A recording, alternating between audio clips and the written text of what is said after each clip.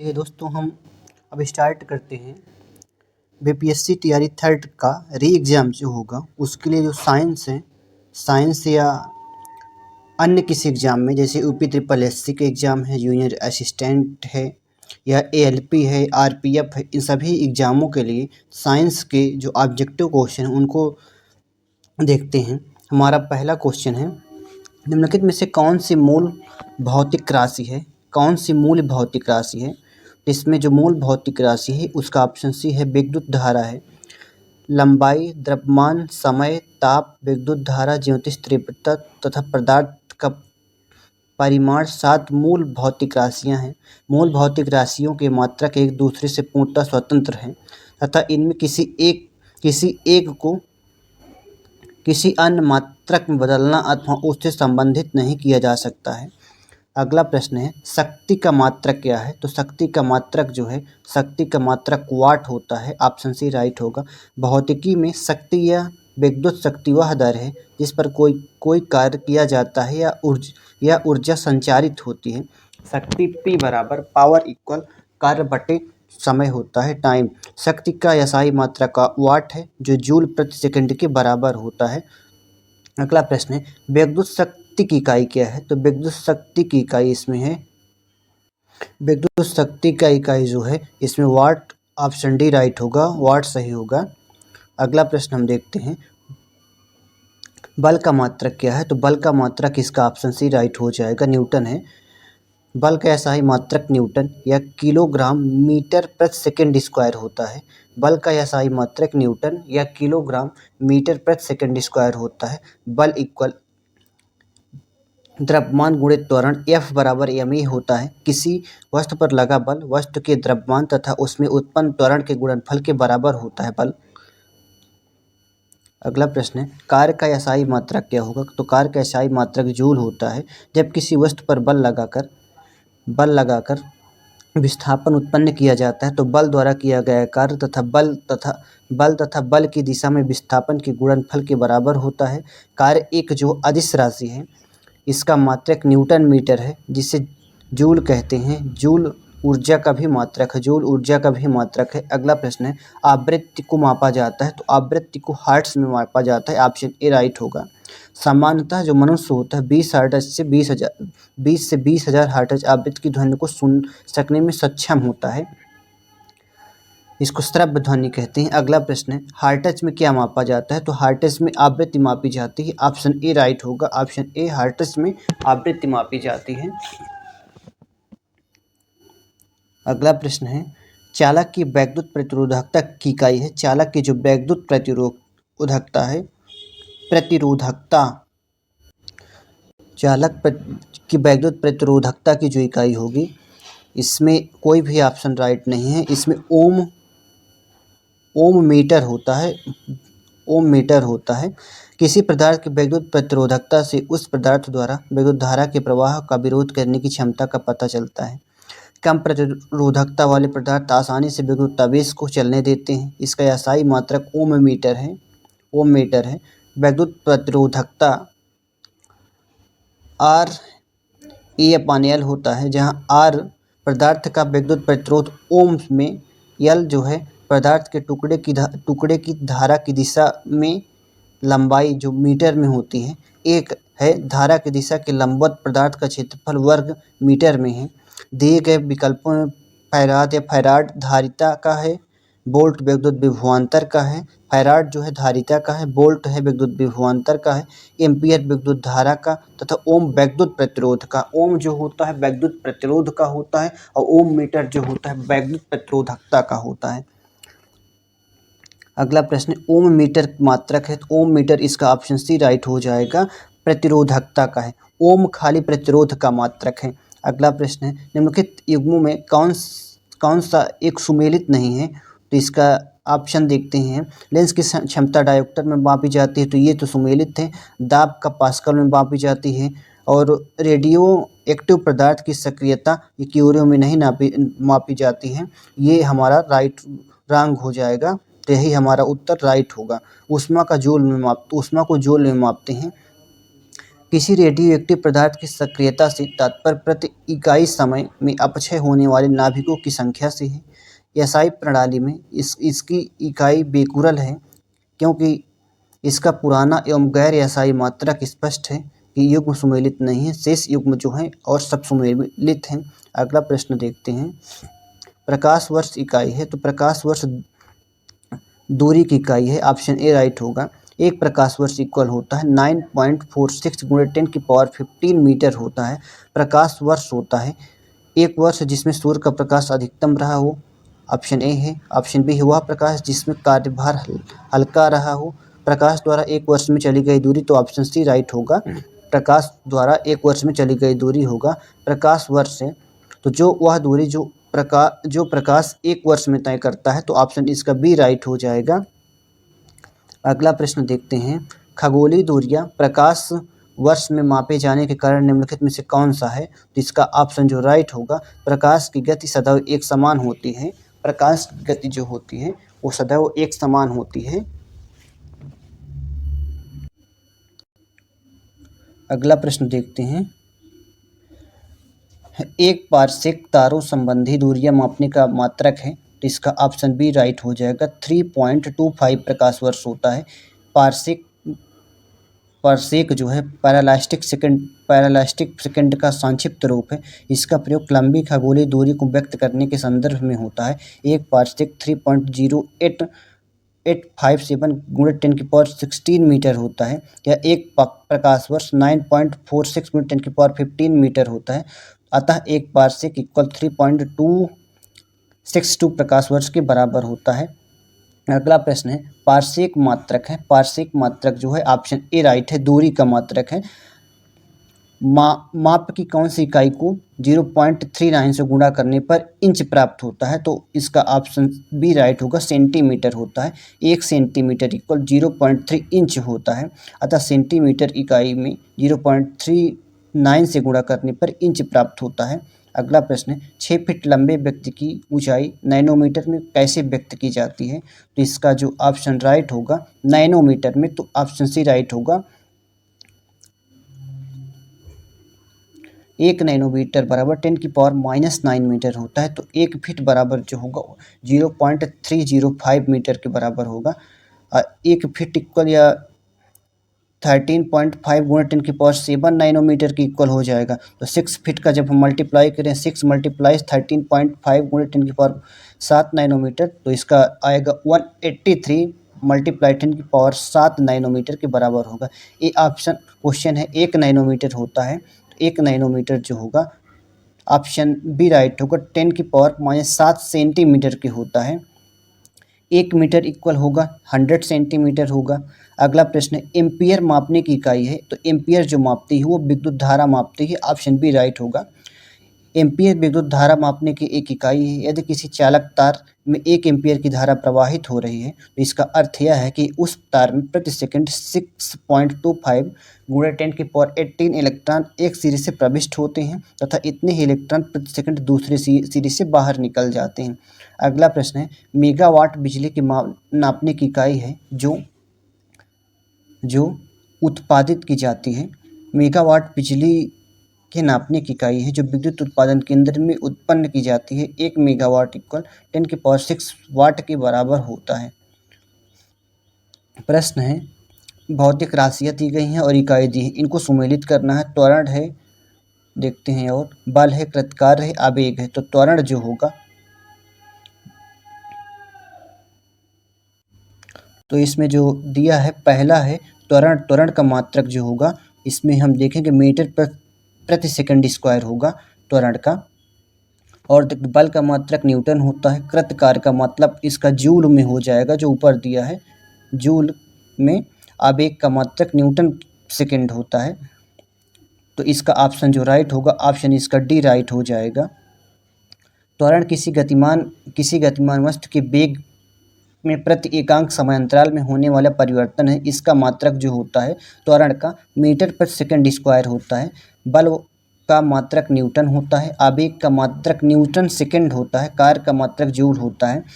अगला प्रश्न है, निम्नलिखित एसआई यूनिट में कौन सा ही सुमेलित नहीं है? तो कार का मात्रक जूल होता है, ये सुमेलित है। बल का मात्रक न्यूटन होता है, ऑप्शन बी सुमेलित है। ऑप्शन सी द्रव्यमान का मात्रक किग्रा होता है, ये भी सुमेलित है। लेकिन दाब का मात्रक डाइन नहीं होता, दाब का मात्रक पास्कल होता है। तो ऑप्शन डी हमारा राइट हो जाएगा, ये नहीं सुमेलित है।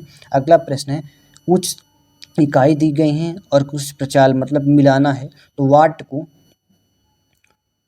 को हम शक्ति को हम वाट से मापते हैं, वाट को हम शक्ति को वाट से मापते हैं ना। समुद्री जहाज की जो गति होती है उसको नाट में मापा जाता है। ये नाटिकल जो मील है इस नौ संचालन से है। कैलोरी को हम ऊष्मा को कैलोरी में मापते हैं। तो इसका जो ऑप्शन राइट होगा, ऑप्शन सी राइट होगा। अगला प्रश्न देखते हैं हम, जूल, इसको भी सम्मिलित करना है,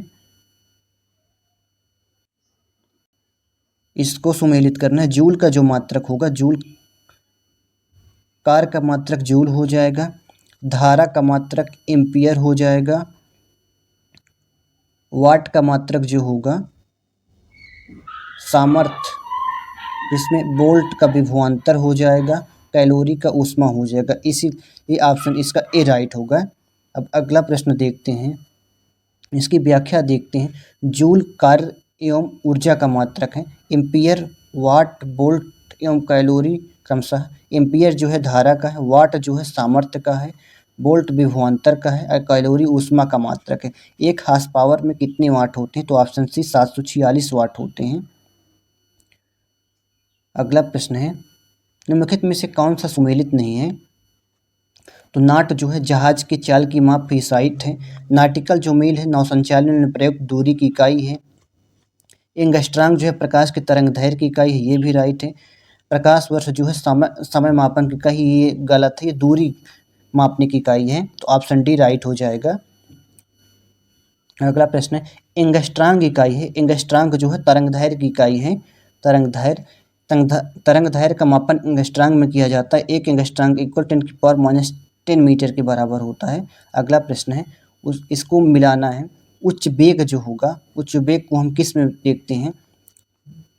तरंग दैर्घ्य का तो मैक में देखेंगे, तरंग दैर्घ्य का एंगस्ट्रांग में देखेंगे, दाब का पास्कल में देखेंगे, ऊर्जा का जूल में। तो इसका जो ऑप्शन राइट होगा, ऑप्शन सी राइट हो जाएगा इसका। द्रव यांत्रिकी या फ्लूइड मैकेनिक्स के संदर्भ मैक संख्या के किसी माध्यम के सापेक्ष वस्तु के वेग तथा उस माध्यम में ध्वनि की चाल ए का अनुपात है। अतः मैक उच्च वेग को प्रदर्शित करने हेतु प्रयुक्त होती है। तरंग दैर्घ्य का मापन एंगस्ट्रांग में किया जाता है, जबकि दाब का मापन पास्कल में तथा ऊर्जा का मात्रक जूल होता है। अगला प्रश्न है, ऊर्जा, जूल ऊर्जा में से उसी तरह संबंधित है जैसे पास्कल जो है, पास्कल दबाव से संबंधित है। तो ऑप्शन इसका बी राइट होगा, दाब का मात्रक पास्कल है। अगला प्रश्न है, 1 माइक्रोन बराबर होता है। तो 1 माइक्रोन जो बराबर होगा ये 1/1000 मिलीमीटर के बराबर होगा। 1 माइक्रोन इक्वल 10⁻⁻6 मीटर के बराबर होता है। तो मिलीमीटर में हमें कन्वर्ट करना है, 10⁻⁻6 गुणे 10⁻³ मिलीमीटर, इसका 1/10³ मिलीमीटर के इक्वल आएगा, जो 1/1000 मिलीमीटर के इक्वल हो जाएगा। अगला प्रश्न है, 1 माइक्रोन संबंधित है तो 10⁻⁻4 सेमी के। अगला प्रश्न है, कौन सुमेलित नहीं है इसमें? तो हमें देखना है, डेसिबल जो है ध्वनि की प्रबलता की इकाई है, राइट है। अश्वशक्ति शक्ति की इकाई है। समुद्री मील जो है नौसंचालन में दूरी की इकाई है। सेल्सियस जो है ऊष्मा की इकाई नहीं है, ताप को मापने का मात्रक है। अगला प्रश्न देखते हैं, निम्नलिखित में से कौन सी एक ऊष्मा की इकाई नहीं है? तो कैलोरी तो ऊष्मा की इकाई है, कैलोरी इसमें ऊष्मा की इकाई है। किलो कैलोरी भी है, किलो जूल भी है, लेकिन वाट नहीं है, वाट नहीं, इसका ऑप्शन डी राइट हो जाएगा। हम इसकी अब व्याख्या देखते हैं।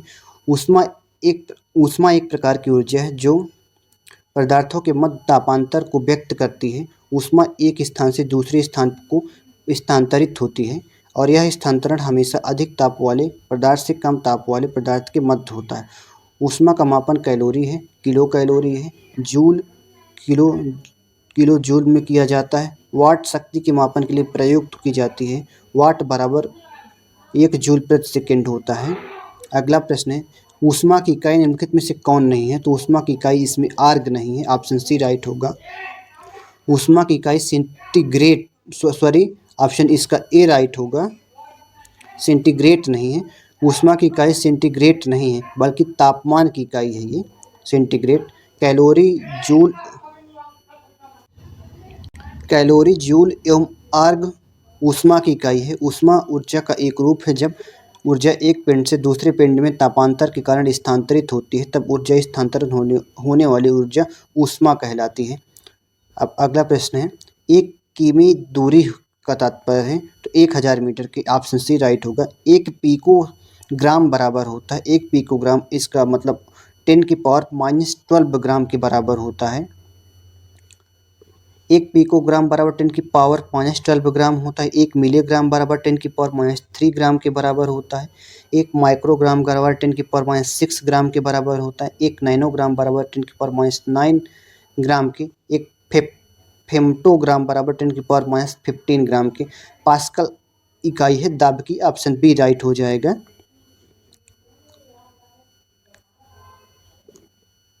एक पास्कल बराबर होता है 1 न्यूटन प्रति मीटर स्क्वायर होता है। 1 पास्कल इक्वल 1 न्यूटन प्रति मीटर स्क्वायर के बराबर हो। तो दाब की इकाई क्या होती है?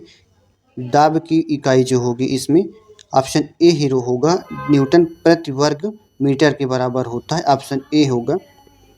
दाब का मात्रक क्या होता है? दाब का मात्रक ई होगा, इसमें ऑप्शन ई राइट होगा। किग्रा बल प्रति वर्ग सेमी, जिसे प्रायः किग्रा वर्ग सेमी से ही निरूपित किया जाता है, दाब की अप्रचलित इकाई है। यह एसआई प्रणाली का अंग नहीं है। दाब की वर्तमान में प्रचलित इकाई न्यूटन प्रति मीटर स्क्वायर है। अगला प्रश्न है, परिस्थितिकी दबाव की इकाई क्या है? परिस्थितिकी दबाव की इकाई जो होगी वो बार होगी, ऑप्शन ए राइट है। वायुमंडलीय दाब का गैर एसआई मात्रक बार है जो 10⁵ न्यूटन प्रति मीटर स्क्वायर के समतुल्य है। इसे एसआई मात्रक के रूप में पास्कल द्वारा परिभाषित किया जाता है। एक बार बराबर 10⁵ पास्कल के बराबर होता है। अगला प्रश्न है, 1 किग्रा प्रति सेमी स्क्वायर दाब समतुल्य जो होगा तो इसका ऑप्शन जो राइट होगा ऑप्शन बी राइट होगा, 1 बार के बराबर होगा। 1 डाइन बराबर हम देखते हैं 1.02 × 10⁻6 किग्रा के बराबर होगा। 1 बार जो होगा 10⁻6 डाइन प्रति सेमी स्क्वायर के बराबर होगा। इसीलिए डाइन का मान बार के मान में प्रतिस्थापित करने पर 1 बार इक्वल 10⁻6 डाइन प्रति सेमी स्क्वायर इक्वल 1.02 × 10⁻6 × 10⁻6 किग्रा प्रति सेमी स्क्वायर, इसीलिए इसका मान आता है 1.02 किग्रा प्रति सेमी स्क्वायर होता है। निम्नलिखित में से किस राशि का मात्रक नहीं है? तो इसका ऑप्शन जो राइट होगा, विकृति जो है ये किसी राशि का मात्रक नहीं है। किसी वस्तु की बीमा में आया परिवर्तन और उस वस्तु की मूल बीमा के अनुपात को विकृति करते हैं, अर्थात विकृति एक बीमाहीन राशि है, अर्थात इसका कोई मात्रक नहीं होता है। अगला प्रश्न, तेल का एक बैरल कितने बराबर होता है? लगभग तो 159 लीटर के बराबर होता है। एक बैरल इक्वल 158.9873 लीटर के बराबर होता है। एक बैरल को अगर घन मीटर में बात करते तो 0.158987 घन मीटर के बराबर होगा। वही एक बैरल को 42 यूएस गैलन के बराबर मापते हैं। एक बैरल इक्वल 34.9723 यूके गैलन के भी बराबर होता है। ये सब बैरल के मात्रक हैं, मतलब एक बैरल किसके इक्वल होता है। लंबाई की न्यूनतम इकाई क्या होती है? तो लंबाई की जो न्यूनतम इकाई होगी फार्मी मीटर होगी, फार्मी मीटर, ऑप्शन डी राइट होगा। 1 माइक्रोन बराबर 10⁻6 मीटर होता है। 1 नैनोमीटर बराबर 10⁻9 मीटर के होगा। 1 एंगस्ट्रॉम बराबर 10⁻10 मीटर के होगा। 1 फार्मी मीटर 10⁻15 मीटर के बराबर होता है। अगला प्रश्न है, हमें सूची को मिलाना है। इसमें हम देखते हैं क्यूसेक जो होता है, क्यूसेक जो है ये प्रवाह की दर है। बाइट जी कंप्यूटर से संबंधित है। रिएक्टर जो है भूकंप की तीव्रता मापता है। बार जो है दाब मापता है, बार। तो इसका ऑप्शन जो राइट होगा, ऑप्शन बी राइट होगा। ऑप्शन इसका बी राइट होगा। क्यूसेक जो है प्रवाह की दर है। अब बाइट कंप्यूटर से संबंधित है। रिएक्टर जो होगा भूकंप की तीव्रता मापता है, बार दाब मापता है। अगला प्रश्न हम देखते हैं, क्यूसेक में क्या मापा जाता है? तो जल का बहाव मापा जाता है। ऑप्शन सी राइट होगा। अगला प्रश्न, निम्नलिखित में से कौन एक वायुमंडल की ओजोन परत की मोटाई में नापने वाली इकाई है? तो ऑप्शन इसका जो है ऑप्शन बी होगा, डाप्सन होगा। वायु में ओजोन परत की मोटाई डाप्सन में मापी जाती है। एक डाप्सन इकाई मानक ताप और दाब पर 10 माइक्रोमीटर ओजोन परत को व्यक्त करती है। एक डाप्सन इकाई जो होगी 2.69 × 10⁻20 ओजोन अणु प्रति वर्ग मीटर के समतुल्य होती है। अगला प्रश्न है, डाप्सन इकाई का प्रयोग किया जाता है तो ओजोन परत की मोटाई नापने के लिए। ऑप्शन सी राइट होगा इसमें। डाप्सन इकाई में निम्नलिखित में से क्या मापा जाता है? ओजोन सांद्रता मापी जाती है। ऑप्शन ए राइट होगा इसमें।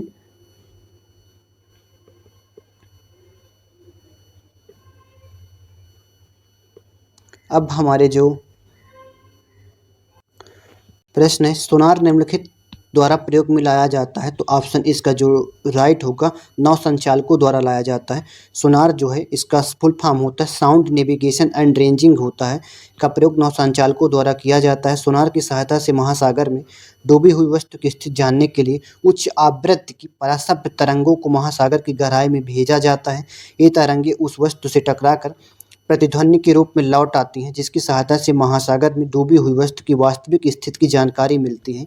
अगला प्रश्न है, महासागर में डूबी हुई वस्तु की स्थिति जानने के लिए निम्नलिखित में से किस यंत्र का प्रयोग करते हैं? तो इसका ऑप्शन जो डी होगा, सोनार होगा।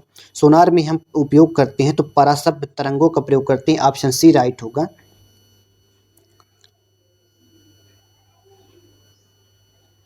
ध्वनि की तीव्रता को मापने वाला यंत्र है, तो ध्वनि की तीव्रता का मापने वाला यंत्र है आइडियोमीटर होता है। आइडियोमीटर द्वारा ध्वनि की तीव्रता का मापन किया जाता है, जबकि एनीमोमीटर द्वारा वायु के वेग की माप की जाती है। क्रोनोमीटर एक ऐसा उपकरण है जो तापमान, आर्द्रता, वायु दाब आदि में परिवर्तन होने के बावजूद समय का पूर्ण परिशुद्धता के साथ मापन करता है। आइडियोफोन दोषयुक्त श्रवण शक्ति में सुधार लाने के लिए प्रयोग किए जाने वाला उपकरण है। अगला प्रश्न है, एनीमोमीटर में निम्नलिखित में से किसका मापन किया जाता है? तो इसका ऑप्शन जो राइट होगा, ऑप्शन सी राइट होगा। पवन वेग का मापन किया जाता है। अगला प्रश्न है, वायु की गति निम्नलिखित में से किसके द्वारा मापी जाती है? तो इसका ऑप्शन जो बी राइट होगा, एनीमोमीटर द्वारा मापी जाती है। एनीमोमीटर द्वारा वायु के वेग की माप की जाती है। वायुमंडलीय दाब को मापने के लिए बैरोमीटर का उपयोग करते हैं। हाइड्रोमीटर से द्रव या जल के घनत्व का मापन करते हैं। अगला प्रश्न है, कौन सुमेलित नहीं इसमें? तो हम इसमें देखते हैं, एनीमोमीटर जो है वायु की चाल मापते हैं, ये राइट है। अमीटर में विद्युत धारा मापी जाती है, ये भी राइट है। पायरोमीटर में उच्च तापमान जो 800 डिग्री सेल्सियस से ऊपर का होगा उसको मापते हैं, लेकिन ऑप्शन जो इसमें राइट होगा, ऑप्शन सी होगा। ट्रैकियोमीटर दाबांतर ये रंग है, ये सुमेलित नहीं है। ट्रैकोमीटर एक प्रकार का सर्वेक्षण उपकरण है जिसे क्षैतिज दूरियां, लंबवत उन्नयनों एवं दिशाओं के त्वरित मापन हेतु डिजाइन किया गया है। अन्य विकल्पों के युग्म सुमेलित हैं। पायरोमीटर से हम पायरोमीटर की सहायता से दूर स्थित उच्च तापीय वस्तु को ताप मापते हैं। अगला प्रश्न है, विद्युत धारा निम्नलिखित में से किस उपकरण में मापी जाती है? तो विद्युत धारा जो है एमीटर में मापी जाती है, एमीटर में।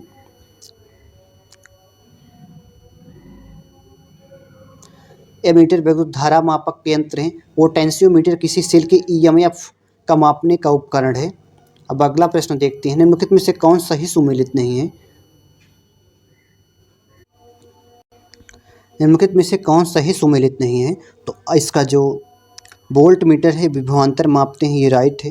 विद्युत धारा को हम एमीटर में मापते हैं, ये भी राइट है। पोटेंशियोमीटर ये विद्युत वाहक बल का मात्रक है, ये भी राइट है। लेकिन जो गैल्वेनोमीटर है विद्युत प्रतिरोध का मात्रक नहीं, इसीलिए हमारा ये ऑप्शन डी राइट होगा।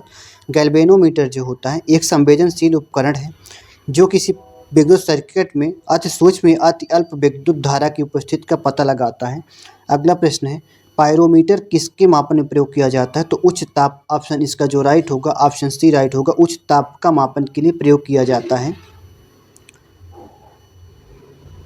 पायरोमीटर एक पूर्ण विकिरण जो है, पूर्ण विकिरण तापी की सहायता से अत्यधिक उच्च तापों की माप की जाती है। ताप मापी स्टीफन के नियम पर आधारित है, जिसके अनुसार उच्च ताप पर किसी वस्तु में उत्सर्जित विकिरण की मात्रा इसके परम ताप के चतुर्थाघात की अनुक्रमानुपाती होती है। इसकी सहायता से दूर की वस्तुओं यथा सूर्य आदि के तापमान का मापन किया जाता है। इस तापमापी से लगभग 800 डिग्री सेल्सियस के नीचे का तापमान नहीं मापते हैं, क्योंकि इसमें कम ताप पर वस्तुएं जो हैं उसमें विकिरण का उत्सर्जन नहीं करती हैं। इससे ऊपर का ही ताप मापते हैं। अगला प्रश्न है, निम्नलिखित संयंत्रों में से किसका उपयोग अत्यधिक उच्च ताप को मापने के लिए किया जाता है? तो पायरोमीटर का किया जाता है। ऑप्शन ए राइट होगा। निम्नलिखित तापमापियों में से किसे पायरोमीटर कहा जाता है? तो इसका ऑप्शन जो राइट होगा, ऑप्शन बी होगा, विकिरण तापमापी का। वह थर्मामीटर जो 2000 डिग्री सेल्सियस मापने हेतु उपयुक्त है, तो वह क्या है?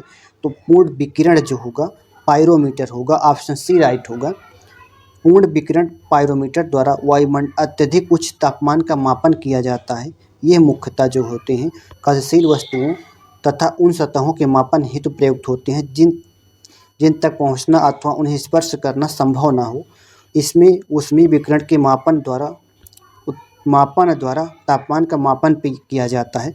अगला प्रश्न, निम्नलिखित में से किसी 1500 डिग्री सेल्सियस से अधिक ताप मापने हेतु प्रयोग में लाया जाता है? तो ऑप्शन डी होगा, इसमें पायरोमीटर होगा। पायरहेलियोमीटर का प्रयोग निम्नलिखित में से किसे मापने के लिए किया जाता है? पायरहेलियोमीटर का जो प्रयोग है वो सोलर रेडिएशन को मापने के लिए किया जाता है। ऑप्शन बी राइट होगा इसका। ये दो प्रकार के उपकरण का प्रयोग करते हैं सौर विकिरण को मापने के लिए। एक है पायरेनोमीटर, एक है पायरहेलियोमीटर। अब अगला प्रश्न है, मैनोमीटर के द्वारा किसकी माप की जाती है? तो ऑप्शन बी होगा, इसमें गैसों का दाब मापा जाता है मैनोमीटर की सहायता से। अगला प्रश्न है, हमें सुमेलित करना है, इसमें हम देखते हैं तो अमीटर से हम क्या मापते हैं? विद्युत धारा मापते हैं। हाइग्रोमीटर से सापेक्षिक आर्द्रता मापते हैं। स्प्रिंग तुरा से हम भार मापते हैं। पायरोमीटर से हम दाब मापते हैं। तो इसका जो ऑप्शन राइट होगा, ऑप्शन बी राइट हो जाएगा। अगला प्रश्न देखते हैं, निम्नलिखित युग्मों में कौन सा एक सही सुमेलित नहीं है? तो ओडोमीटर जो है वाहनों के पहिए द्वारा तय की गई दूरी मापने के लिए राइट है। ऑन्डोमीटर जो है वो चुंबकीय तरंगों की आवृत्ति मापने का यंत्र है, ये भी राइट है। आइडियोमीटर जो है ध्वनि तीव्रता मापक युक्त है, ये भी राइट है। अमीटर विद्युत शक्ति मापक यंत्र, ये गलत है। विद्युत धारा मापने का यंत्र, विद्युत शक्ति का मात्र नहीं है।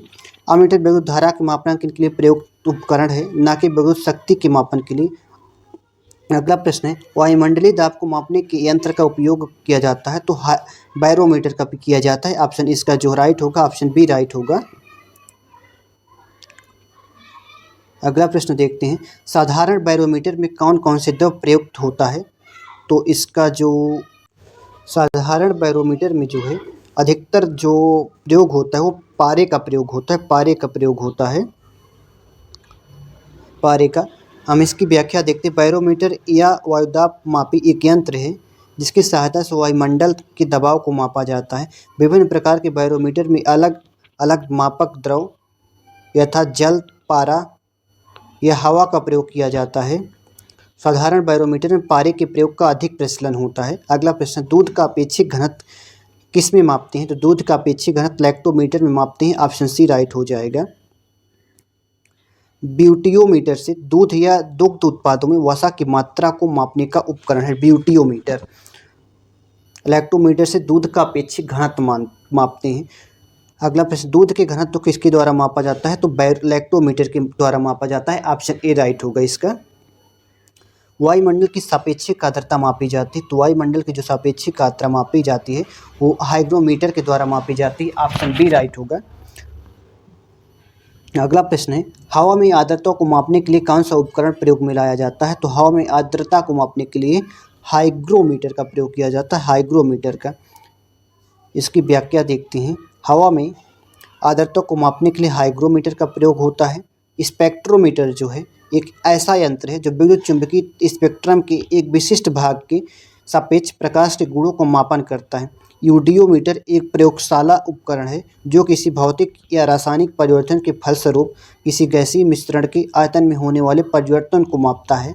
अगला प्रश्न है, हाइग्रोमीटर में मापा जाता है। तो हाइग्रोमीटर में जो मापा जाता है वातावरणीय आर्द्रता मापी जाती है। ऑप्शन ए है।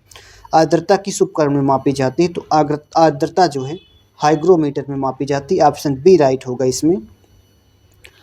अगला प्रश्न देखते हैं, आर्द्रता को मानांकित करने के उपकरण निम्न में से कौन सा है? तो आर्द्रता को इसमें हाइग्रोमीटर, ऑप्शन डी राइट होगा, हाइग्रोमीटर है।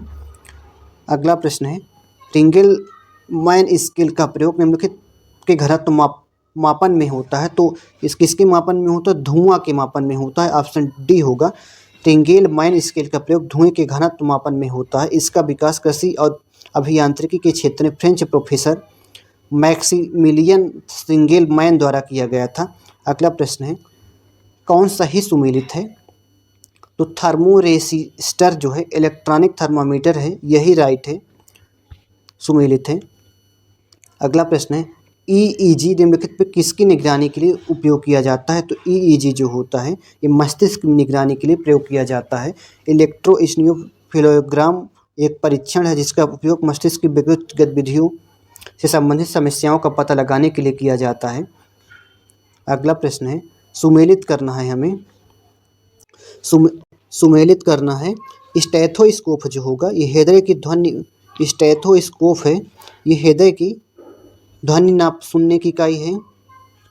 स्फैग्नोमीटर जो होता है ये रक्तचाप को मापने की इकाई है। कैरेटोमीटर जो होता है ये सोने की शुद्धता का पता लगाने के लिए होता है। लक्समीटर जो है प्रकाश की तीव्रता मापने की इकाई है। तो इसका ऑप्शन सी राइट होगा। अगला प्रश्न है, रक्तदाब को नापने के लिए यंत्र का प्रयोग किया जाता है। तो ऑप्शन बी राइट होगा, स्फैग्नोमीटर, स्फैग्नोमाइनोमीटर होगा। अगला प्रश्न है, प्रकाश की तीव्रता मापने के लिए जिस उपकरण का प्रयोग किया जाता है उसे क्या कहते हैं? तो प्रकाश की तीव्रता मापने के लिए लक्समीटर का प्रयोग किया जाता है। अगला प्रश्न है, रडार उपयोग में आता है। रडार जो है ये रेडियो तरंगों द्वारा वस्तुओं की स्थिति ज्ञात करने के लिए प्रयोग में किया जाता है। रडार का फुल फॉर्म होता है रेडियो डिटेक्शन एंड रेंजिंग होता है। यह वस्तुओं को पता लगाने वाली एक प्रणाली है जो सूक्ष्म तरंगों का उपयोग करती है। इसके द्वारा रेडियो तरंगों के माध्यम से दूर की वस्तुओं की स्थिति, ऊंचाई, दिशा या गति ज्ञात की जाती है। अगला प्रश्न है, निम्नलिखित में से कौन सी राशि रिएक्टर पैमाने पर मापी जाती है? तो भूकंप की तीव्रता, ऑप्शन सी राइट होगा। अगला प्रश्न है, भूकंप की तीव्रता का मापन किया जाता है। तो भूकंप की तीव्रता का मापन रिएक्टर पैमाने द्वारा किया जाता है। ऑप्शन ए राइट होगा। रिएक्टर पैमाने मापने के लिए प्रयोग किया जाता है। तो इसका ऑप्शन जो राइट होगा, ऑप्शन सी राइट होगा, भूकंपीय लहरों का मापन किया जाता है। कौन सुमेलित नहीं है? अगला प्रश्न है ये। सेल्सियस जो है ताप का मापन है, ये भी राइट है। किलोवाट आवर ये जो है विद्युत का है। रक्त जो है RH गुणक, हाँ ये भी है। रिएक्टर पैमाना आर्द्रता नहीं मापते हैं इसमें, ऑप्शन डी राइट होगा इसका, बल्कि भूकंप के मापन के लिए प्रयुक्त होता है। अगला प्रश्न है, निम्नलिखित में से में भूकंप मापी यंत्र कौन सा है? तो भूकंप मापी यंत्र जो है सिस्मोग्राफ है, ऑप्शन बी राइट होगा। अगला प्रश्न है, निम्नलिखित में से किस यंत्र का प्रयोग तरंगों के मापन के लिए किया जाता है? तो तरंगों के मापन के लिए सिस्मोग्राफ का प्रयोग किया जाता है, ऑप्शन बी है। अगला प्रश्न, निम्नलिखित युक्तियों में किसके द्वारा भूकंप की तीव्रता का मापन किया जाता है? तो ऑप्शन ए होगा इसमें, सिस्मोग्राफ के द्वारा। अगला प्रश्न है, देखते हैं सिस्मोग्राफ क्या रिकॉर्ड करता है? तो ये भूचाल रिकॉर्ड करता है, ऑप्शन सी राइट होगा। अब इसमें हमें सुमेलित करना है। तो भूकंप जो है भूकंप मापने का यंत्र सिस्मोग्राफ है। ऊंचाई मापने का यंत्र अल्टीमीटर है। विद्युत धारा का मात्र एमीटर है। प्रतिरोधकता का ओम मीटर होता है। अगला प्रश्न, इसको भी सुमेलित करना है। फेदोमीटर जो होता है समुद्र की गहराई मापने का यंत्र है। बैरोमीटर वायुमंडलीय जो है दाब मापने का यंत्र है। हाइग्रोमीटर जो वायुमंडलीय आर्द्रता मापने का यंत्र है। अल्टीमीटर ऊंचाई मापने का यंत्र है। अगला प्रश्न है, फेदोमीटर का उपयोग किसे मापने के लिए किया जाता है? तो फेदोमीटर समुद्र की गहराई, ऑप्शन सी होगा। इसको सुमेलित करना है। एनीमोमीटर जो होता है ये वायु वेग मापने का यंत्र है। सिस्मोग्राफ जो है सिस्मोग्राफ भूकंप मापने का यंत्र है। बैरोग्राफ वायुमंडलीय आर्द्रता वायुमंडलीय दाब का हाइग्रोमीटर आर्द्रता मापने का यंत्र है। अगला प्रश्न है मैनोमीटर जो होता है कौन सुमेलित नहीं है इसमें, तो इसमें सुमेलित नहीं है। सिस्मोमीटर जो है वो पृष्ठ तल की वक्रता मापने का है, ये सुमेलित नहीं है। बल्कि जो मैनोमीटर है ये दाब का मात्रक है। कार्बोरेटर है आंतरिक दहन इंजन है। कार्डियोग्राम जो है हृदय गति इसमें मापी जाती है, ये सही है, लेकिन डी नहीं सही है इसमें।